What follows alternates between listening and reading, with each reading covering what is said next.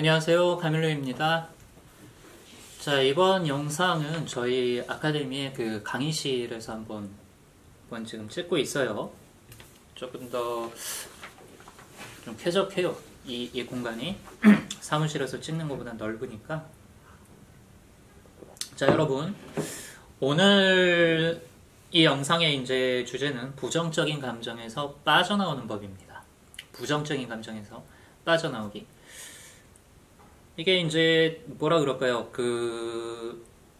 부정적인 감정을 접하게 되면은 거기서 빠져나오기가 사실 이제 쉽지가 않죠. 수많은 책들이 있고 수많은 뭐 심리적인 그런 기법들 이런 것을 통해 가지고 어떤 식으로 이제 부정적 감정에서 빠져나와야 되는지에 대해서 여러 가지 이제 정보들이 많습니다. 좋은 정보들을 너무 많죠. 근데 이제 제가 지금 이 영상에서 말씀드리고 싶은 거는 아주 기본적이고 근원적인 원리예요. 원리. 자, 우리가 부정적인 감정을 하나 느낍니다. 힘들어요. 미칠 것 같아요. 너무 힘들고 고통스럽죠. 이유가 뭘까요? 근본적인 어떤 이유가 있을 거예요. 그렇죠? 이유가 뭘까요? 자, 이유는 뭐냐면은 감정이나 느낌, 생각, 의도 아니면은 심지어는 행위 이런 것들을 할 때 우리 안에서 순식간에 하나의 동일시가 일어나 버립니다. 동일시. 그 동일시의 공식이 뭐예요? I am that이에요. I am that. I am that, I am 무엇. 나는 내가 나라고 규정하는 이것이다. I am that. 나는 이것이다. 라는 동일시가 일어나 버립니다. 그럼 이 동일시는 왜 일어날까요? 사실 이 동일시가 일어나지 않으면은 세상 자체가 나타날 수가 없어요. 세상 자체가 나타날 수가 없습니다. 왜냐하면은 이게 뭐냐면은 개체 존재, 이 개야라는 어떤 렌즈는, 개야라는 채널은 어떤 하나의 규정과 나라는 느낌이 동일시가 됨을 통해 가지고 동일시함을 통해 가지고 세상을 나타내고 관찰을 하게 돼요. 이 동일시. 그렇기 때문에 감정이나 느낌, 생각 이런 것들이 나타날 때 그것과 내가 동일시되어 버리는 현상 자체는 절대로 나쁜 게 아닙니다. 오히려 이런 현상이 없으면 뭐예요? 세상 자체가 기능하지 않아요. 왜? 상대성이 작용하지 않고 이원성이 작용하지 않으면 우리가 관찰하는 이 이원적인 세상 자체가 나타날 수가 없기 때문에 그렇습니다. 동일시. 우리 안에 등장하는 모든 내적인 움직임, 이 현실을 출력해내는 본래 요소인 심층 무의식 안에서 작동하고 있는 관념들의 움직임들은 나는 이것이다 라는 규정을 통한 동일시가 없이는 세상으로 그 형태를 드러낼 수가 없다라는 얘기입니다. 그러니까. 그래서 동일시 자체는 나쁜 게 아니란 얘기예요. 자, 문제는 뭡니까? 어떤 하나의 부정적인 감정이 딱 나타났을 때 그것과 동일시가 딱 되어버리면서 뭐예요? 이미 나타날 때 동일시 된 채로 나타나죠. 딱 되어버리면서 뭐예요? 고통을 받기 때문에 그래요. 고통. 자, 어떤 하나의 감정이 나타나고 느낌이 나타날 때 뭡니까? 동일시가 순식간에 일어난다고 이야기를 들었죠. 그러면 뭐가 돼버려요? 나는 이 감정이다라는 느낌이 자기도 모르게 작용하면서 뭡니까? 떡이 돼버려요. 부정적인 감정이 그야말로 떡이 돼서 딱 하고 붙어버립니다. 그럼 뭐예요? 나는 고통받고 있다라는 규정이 활동을 하게 되는 거예요. 나는 괴롭다. 이 동일시로부터, 이 규정으로부터 나는 이 고통이다라고 정의를 해버리는 이 규정으로부터 모든 고통과 슬픔과 분노, 증오 이러한 탐진치에 해당하는 가치들이 펼쳐지기 시작을 하는 겁니다. 아까도 말씀드렸어요. 감정이란 게 훅 하고 나타난 그 순간이 뭡니까? 동일시가 딱 하고 일어나고 그래서 나는 지금 이 감정이다라는 관념이 순식간에 이미 완료된 채로 다운로드가 되어버립니다. 이 규정으로부터 잔상이 나타나게 돼요. 존재의 잔상이란 게. 나는 이것이다라는 규정이 연속되어야 되기 때문에 어떤 하나의 잔상을 만들어냅니다. 이 존재 잔상에 해당하는 트랙이 이제 나의 현실로서 펼쳐지게 되는 거죠. 어떤 현실이겠어요? 이 부정적인 감정에 사로잡혀가지고 괴로워하는 현실이 트랙으로서 펼쳐지게 되는 겁니다. 쭉. 자, 그렇기 때문에 이러한 부정적인 감정 자체를 대하는 법을 저희가 알아야 돼요. 이 부정적인 감정을 어떤 식으로 다룰 것인가. 자, 어떤 식으로 다뤄야 될까요? 가장 근원적인 방법은 어떤 하나의 감정과 떡이 되는 나를 대면했을 때 자기 자신한테 안에서 이렇게 자문을 해봐야 됩니다. 물어봐야 돼요, 스스로한테. 자, 나는 고통스럽다. 나는 기분이 나쁘다. 이것이 진실인가? 라고 물어야 됩니다. 이것이 진실인가? 이것이 진실이다라는 결론이 나온다면 이렇게 물어봐야 돼요. 그렇다면 나는 이 감정인가?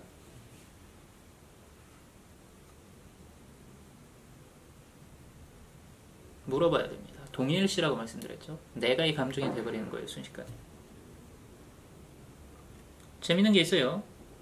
나는 이 감정인가? 라고 물어보는 이제 이유가 있습니다. 일단 나라는 것은 뭐예요? 인식의 주체이죠. 인식의 주체이기 때문에 인식의 대상으로서 작용할 수는 없습니다. 그런데 뭐예요? 감정이라는 건 뭘까요? 일단 주체인 나에 의해서 인식되는 하나의 대상이에요. 그리고 우리가 어떤 감정을 느낄 때 내 감정이라고 느끼지, 내 감정이라고 느끼지, 나와 감정 자체가 완전히 동일시 되지는 않거든요. 정신을 똑바로 차리고 있으면은 감정은 감정이고 그것을 지켜보는 어떤 나는 또 따로 있는 것 같고, 그렇죠? 이게 뭡니까? 나의 감정이라고 느껴지지만 나와 감정을 동일시 하고 있지 않다면은 그 감정의 영향력으로부터 벗어나게 돼요. 딴 게 아니라. 근데 기본적으로 이 나라는 것은 하나의 허수이기 때문에 동일시할 무언가가 없으면은 존재를 할 수가 없어요. 존재를 할 수가 없습니다. 그래서 어떻게 보면은 조금 이제 좀 치사한 거죠. 자기 자신을 표현하기 위해서 이 나라는 것이 매 순간 표현되기 위해서 자기 자신과 동일시할 무언가를 이제 끌고 오는 겁니다. 여기에 감정이 이제 선택이 되는 거죠. 동시에 감정도 뭡니까? 자기 자신이 존재하기 위해서는 나라는 허수가 필요해요. 그렇기 때문에 이 동일시라는 도식을 완성해주는 나라는 것을 갖다가 또 이제 끌고 오는 거죠. 서로가 서로를 끌어당기면서 딱 하고 온 거예요. 자, 그렇다면 뭐니까 딱 붙어 있다면 분리시켜주면 돼요.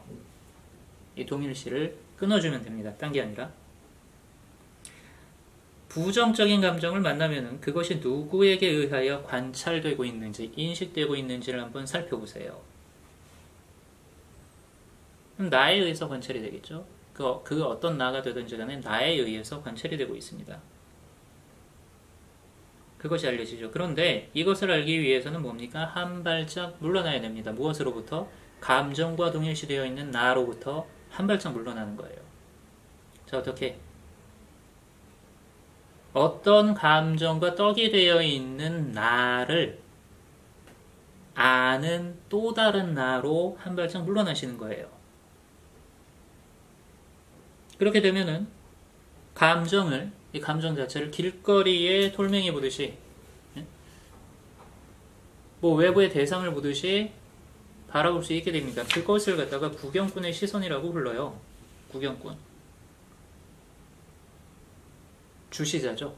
그 유명한 주시자의 관점으로, 주시자의 자리로 일단 후퇴를 하는 겁니다. 감정이나 생각, 느낌, 어떤 이런 그 내적인 움직임들을 만나게 되면 일단 그것에 떡이 되지 마시고, 자, 이 감정을 아는 놈은 누구인가 하고 물어보면서 살펴보게 되면 자연스럽게 이 감정이라는 애를 길가의 돌멩이나 하늘의 구름을 보듯이 대상으로서 대하는 게 가능해집니다. 연습이 좀 필요하죠. 처음엔 항상 이제 습관적으로 떡이 돼버리니까, 그렇죠? 이게 바로 구경꾼의 시선이며 동시에 자연스러운 주시자 관점의 시작이에요. 주시자의 관점으로 머물 수 있게 되면은 감정을 대상으로서 관하는 것이 가능해진다고 말씀드렸습니다. 이 주시하는 자의 느낌을 찾아서 머무는 거예요. 이게 첫 번째 스텝입니다. 자, 이렇게 되면 어떻게 될까요? 딱 붙어있는 상태에서만 힘을 발휘할 수 있는데, 나라는 정체성을 이 감정과 동일시되어 있는 상태로부터 한 발짝 물러나서 떼어버린다면 어떻게 되겠어요? 탈동일시가 일어나게 돼요. 나는 이 감정이 아니다라는 규정으로 나아가게 됩니다. 자, 그렇게 되면 어떻게 돼요? 의지할 어떤 나라는 구심점을 잃은 감정의 파도는 자연스럽게 힘을 잃고 가라앉게 됩니다. 내부 원리 자체가 나라는 것에 동일시를 통해서 나는 이것이다, I am that 이라는 형태로 동일시를 통해서 합쳐져야지만 그 힘을 발휘하기 때문에 그렇다라고 말씀을 드리는 거예요. 어떤 심리적인 기법이나 아니면 뭐 여러 가지 이제 그 감정을 컨트롤하는 방법들 이런 것들을 사용하든지 간에 이 원리를 알고 계셔야 돼요. 모든 내적 움직임은, 모든 감정, 느낌들은 어떤 동일시를 통해서만, 어떤 나를 설정을 해두고 그 나와의 동일시를 통해서만 힘을 쓸 수 있다라는 사실을 인정을 하는 겁니다. 그럼 뭐예요? 그 감정으로부터 벗어나는 가장 좋은 알미 되는 거죠. 어떻게 하면 되니까? 탈동일시를 시켜버리면 되는 겁니다. 탈동일시. 탈동일시하는 방법은 뭐다? 감정에 떡이 되어 있는 나 자체를 알아차리는 또 다른 시선으로 한 발짝 옮겨가시면 되는 거예요. 그리고 이것이 주시자 관점의 첫 번째 시작이라는 겁니다.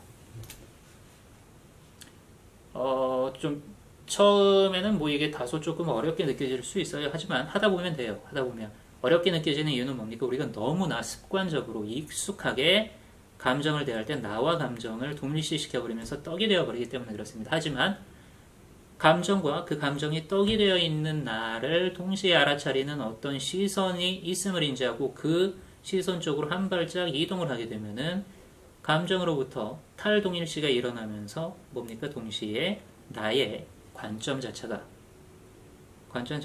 개체적인 관점에서 이제 그 개체마저 대상으로 바라볼 수 있게 되는 주시자의 관점으로 물러나게 돼요. 일석이조죠. 감정으로부터도 해방되며 동시에 뭡니까? 주시자 관점을 확보할 수 있는 것입니다. 자, 감정으로부터 벗어나는 법에 대한 근원적인 부분, 어떻게 해결을 해야 되는지, 어떻게 대해야 되는지에 대해서 한번 짧게 다뤄봤습니다.